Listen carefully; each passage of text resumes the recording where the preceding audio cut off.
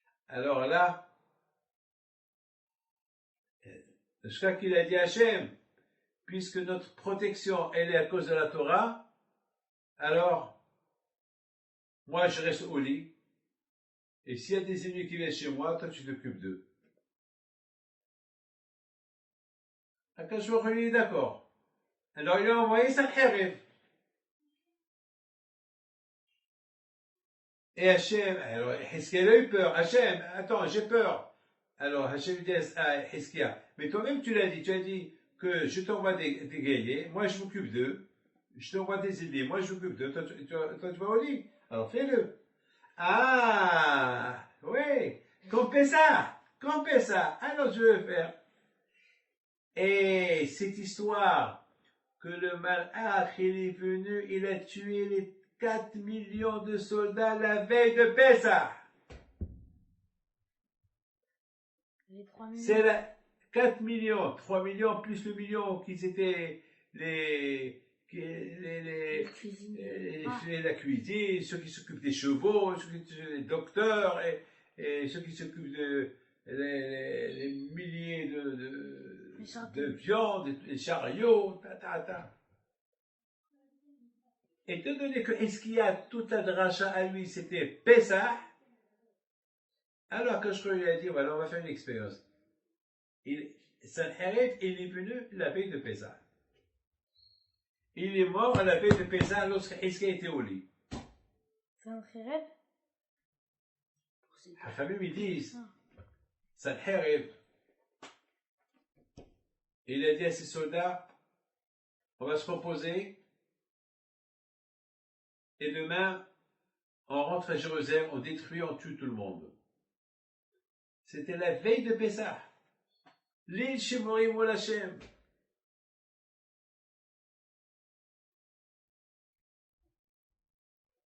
L'île Shemorim. Ah, maintenant, on comprend que beaucoup des fois, les tzadikim, ils demandent à Akash Baruch Hu des choses et Akash Baruch Hu, il répond. Akash Baruch Hu, il a vu que le roi Hizkiya, c'était un grand tzadik, Béhémet. Il avait témoigné mon nom à Akadosh Baruch Hu, que lui, il n'avait pas besoin, il voulait pas, Bichlal, avoir des armes. C'est Hachem.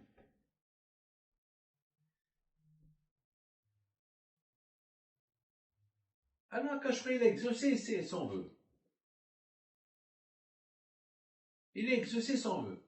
Étant donné que Hizkiya, il a dit que les Juifs, ils ont quitté l'Égypte à cause qu'ils allaient recevoir la Torah, et Hachem a dit que cette nuit-là, ça va être une nuit de protection pour toute génération. Hizkiya dit non, cette protection-là, que tu vas nous protéger chaque nuit, c'est pas que à Pessah, chaque jour de l'année. Parce que si chaque jour de l'année on étudie la Torah, tu le protèges. Et Hachem lui a dit d'accord. Et voilà, il lui a fait. C'est-à-dire que la Kadosh il a donné la halakha comme Hizkiya, que lorsqu'il y a la Torah, donc on aura la protection, pas qu'une seule fois dans l'année, comme la veille de Pessah, mais chaque nuit. D'ailleurs, il y a la Gemara, elle raconte qu'il y avait une mahloquette entre Rabbi Ishmael et Rabbi Shimon bar Yochai. Comment un homme il doit se comporter dans la vie. Rabbi Shimon bar Yochai a dit, un homme il doit aller étudier la Torah, qui fait comme Hizkiya. Alors ils ont dit, et comment il va vivre? Eh bien, le malachim va lui apporter à manger. Rabbi Ishmael dit non. Il faut étudier, il faut travailler. Ou, si tu as quelqu'un qui travaille pour toi, comme Issachar et Zvulon. Issachar, il étudie la Torah, et Zvulon, il travaille pour lui.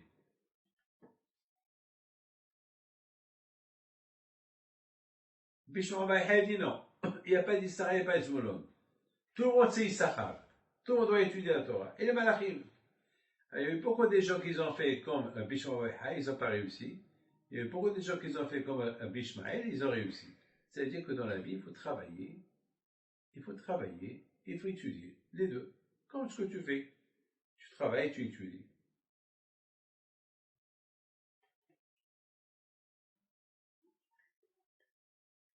Ce soir, on a fait l'applicat Hametz. Et demain, on brûle le Hametz. Pourquoi ce soir j'ai fait Bdikat Hametz?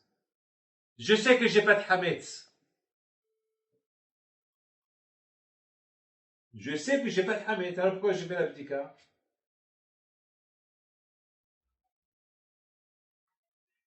Et pour ne pas que je fais la Bracha et Batala, alors je fais 10 morceaux. Mais non, attends, hey, tu joues là.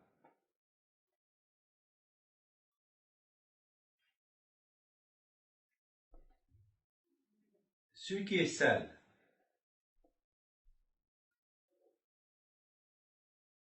il faut qu'il se lave. Quelqu'un qui est sale, qui pue, est-ce qu'il peut mettre sur lui un costume neuf?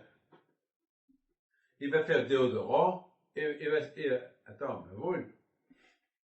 attends, ça va être une odeur désagréable. Le parfum et la saleté du corps, c'est pas impossible. On peut t'apporter les meilleurs steaks du monde, mais s'il est dans un plat qui est sale, tu vas pas le manger. C'est dégoûtant. C'est dégoûtant. Il faut savoir une chose, que dans la vie,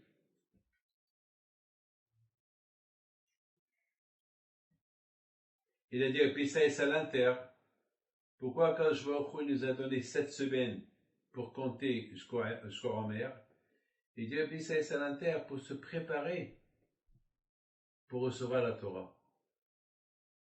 Parce que la Torah, c'est acquérir la Torah on acquiert la Torah avec 48 façons. Être gentil, ne pas parler la shonara, ne pas être jaloux, ne pas être envieux, ne pas tuer, enfin, il y a 48 façons. Donc, c'est une préparation de 7 semaines pour éliminer les mauvaises qualités et acquérir des bonnes qualités. Donc, tout Pessah, c'est une préparation. Tout Pessah, de Pessah jusqu'à Shavuot, on se prépare pour recevoir la Torah. C'est ce qu'on a dit. On a dit que tout le but de la sortie d'Égypte, c'est pour recevoir la Torah. Mais avant qu'on se prépare pour éliminer les mauvaises qualités, il y a une préparation à la préparation. Par exemple, je vais faire du pain. Pour faire le pain, il faut que j'apporte, il faut que j'ai tous les ingrédients du pain. Il faut de la farine, il faut de la levure, il faut de l'eau, oui ou pas? Après, il faut un four. Il faut laisser monter le pain. Hein? Gonfler. Jusqu'à qu'il gonfle. Je préfère le différent. Et après, tu fais le pain. Pardon. Mais tout d'abord, pour faire le pain, il faut acheter tous les éléments. C'est vrai, tu sais faire le pain. Tu sais faire la baguette. Tu sais faire le meilleur pain du monde. Mais si tu n'as pas les éléments, tu ne peux pas le faire. Même si tu as tous les éléments, mais il manque quelque chose. Tu ne peux pas le faire. La veille du Bdikat Hametz, on prépare les éléments. C'est ça pourquoi on fait Bdikat Hametz. On sait que Pessah, c'est pour se préparer pour Matan Torah. Et pour se préparer pour Matan Torah, il faut réparer toutes les mauvaises qualités. Mais pour ça, il faut que je suis propre. Il faut que j'ai la volonté. Il faut que je veux. Parce que si je n'ai pas la volonté, si je ne veux pas, alors à quoi ça sert tout ça? C'est comme par exemple si tu as un coffre et tu as là-bas l'argent, mais tu n'as pas la clé du coffre. Ou tu n'as pas les codes du coffre. Donc tu n'as rien du tout. Ça ne sert à rien du tout. Vous avez compris? C'est ça. C'est pour ça, ce soir, on a fait Bdikat Hametz. Ce soir, on se prépare. C'est pour ça, on sait. On se prépare. Déjà, avant de commencer à réparer, on cherche tous les éléments. On cherche s'il y a du Hametz. Mais il n'y a pas de Hametz. Mais je sais qu'il n'y a pas de Hametz. Mais dans ma tête, c'est psychologique. Je prépare. David, tu sais c'est quoi? Qu'est-ce que je te fais là? Tu cherches le Hametz. Mais tu sais que le Hametz n'y a pas. mais il y a le Hametz dans ton corps à toi. Là, il y a. En toi, il y a. Dans la maison, il n'y a pas de Hametz. Mais le problème, c'est toi. Donc, lorsqu'on fait petit Hametz ce soir, on cherche la petite Hametz qu'il y a chez nous pour se préparer Matan Torah. Parce que l'on croit qu'il n'y a rien. Mais qui te dit qu'il n'y a rien? C'est beau, hein?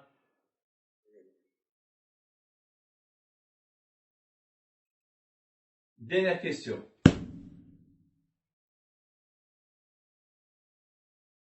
Pourquoi on mange la matzah? Pour se rappeler le pain azim qu'on a mangé en Égypte, oui ou pas? Mais la matzah, elle est bonne. Ah ben, si les esclaves, si nos parents esclaves, ils ont mangé ce pain, alors ils étaient gâtés. Vous savez, aujourd'hui, la matzah d'aujourd'hui, elle est super bonne, hein? Alors quoi, c'est quoi le problème? Alors quoi? Donc c'est pas la myrte, c'est pas le pain azim, c'est le bon pain.